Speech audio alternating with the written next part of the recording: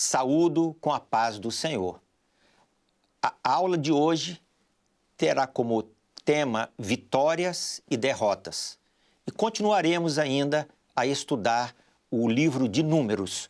O texto que usaremos para esta aula se encontra no livro de Números, capítulo 21, verso 2. Então Israel fez um voto ao Senhor, dizendo: se totalmente entregares este povo na minha mão, destruirei totalmente as suas cidades. Na aula passada, vimos como o livro de Números registra a contagem da multidão que acompanhava Moisés e como o povo de Israel ele teve que aprender a viver responsavelmente com Deus. Vimos também que, por sua obstinada desobediência, a geração adulta que saiu do Egito desperdiçou todas as oportunidades que Deus lhe havia dado e não entrou na terra prometida. No livro de Números, o capítulo 21 é um divisor de águas. A partir dos acontecimentos relatados neste capítulo, a história do relacionamento de Israel com Deus começa a mudar. O período da vida da nação de Israel, descrito na segunda metade do livro de Números, foi um tempo de transição. Houve momentos em que o povo se dispôs a ouvir a voz do Senhor e obteve vitórias, e houve momento em que o povo rejeitou os compromissos com Deus e sofreu derrotas. A cada sequência de ações, uma nova lição foi obtida pela geração dos israelitas. E esse foi o modo como aprenderam sobre as consequências do pecado e sobre os benefícios da obediência a Deus. O tempo da peregrinação no deserto estava se encerrando e o povo de Israel começava a dar os primeiros passos rumo à terra prometida. A caminho de Canaã, contudo, os israelitas precisavam enfrentar dois grandes adversários: os inimigos que estavam à sua volta e os inimigos que estavam dentro da própria comunidade de Israel. Os capítulos finais de Números mostram exatamente isso: os confrontos com os reis da terra de Canaã e a morte dos últimos remanescentes da antiga geração de israelitas que ficou no deserto.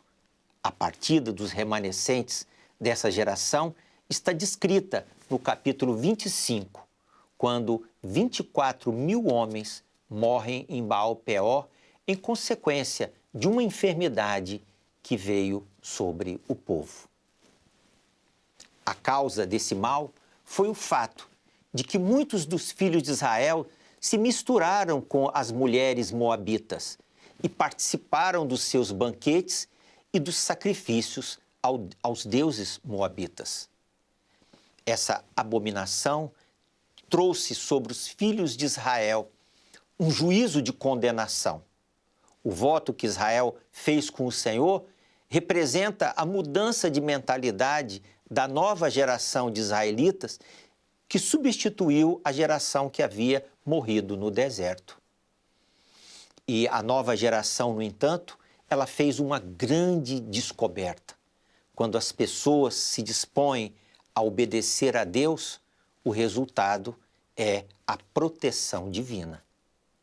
A partir do capítulo 26 de Número, a nova geração de israelitas passa a ter lugar na vida do povo de Israel. A geração dos que haviam deixado o Egito ainda criança e dos que nasceram no deserto. Essa nova geração substituiu os adultos que saíram do Egito e morreram no deserto.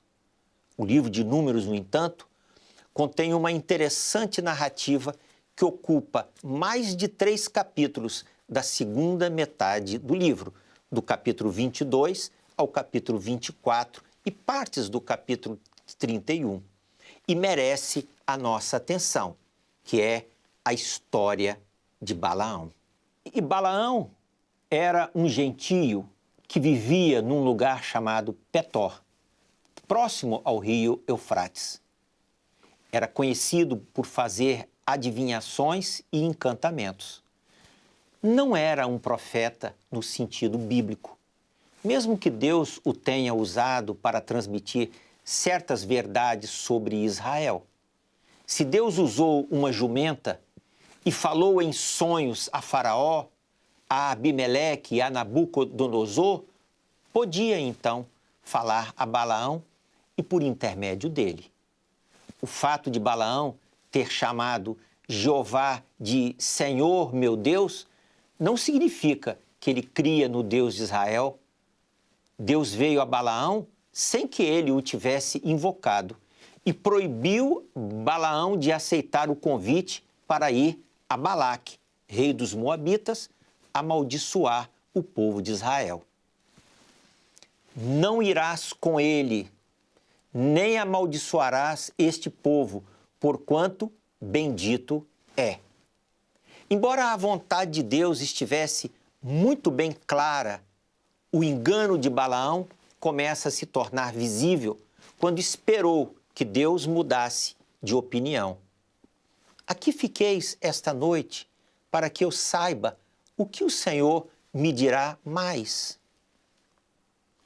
Tal fato mostra que enquanto Balaão confessava com seus lábios obedecer ao Senhor, seu coração, na verdade, cobiçava o dinheiro que se lhe oferecia e esperava que Deus mudasse de ideia.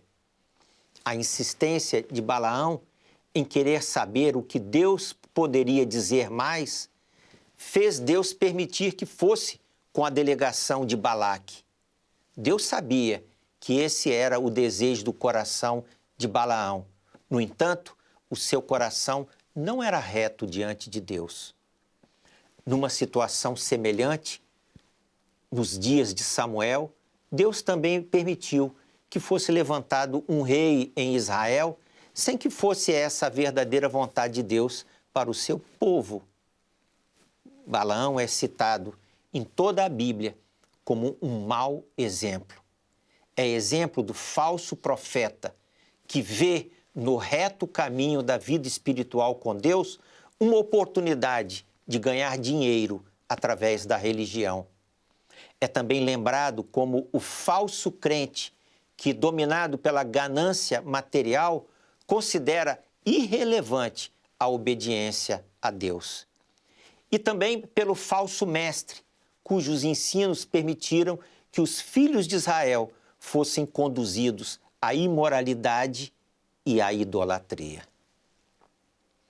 Encerramos aqui mais uma aula de síntese da Bíblia e convidamos que siga conosco nessa jornada. Que Deus o abençoe.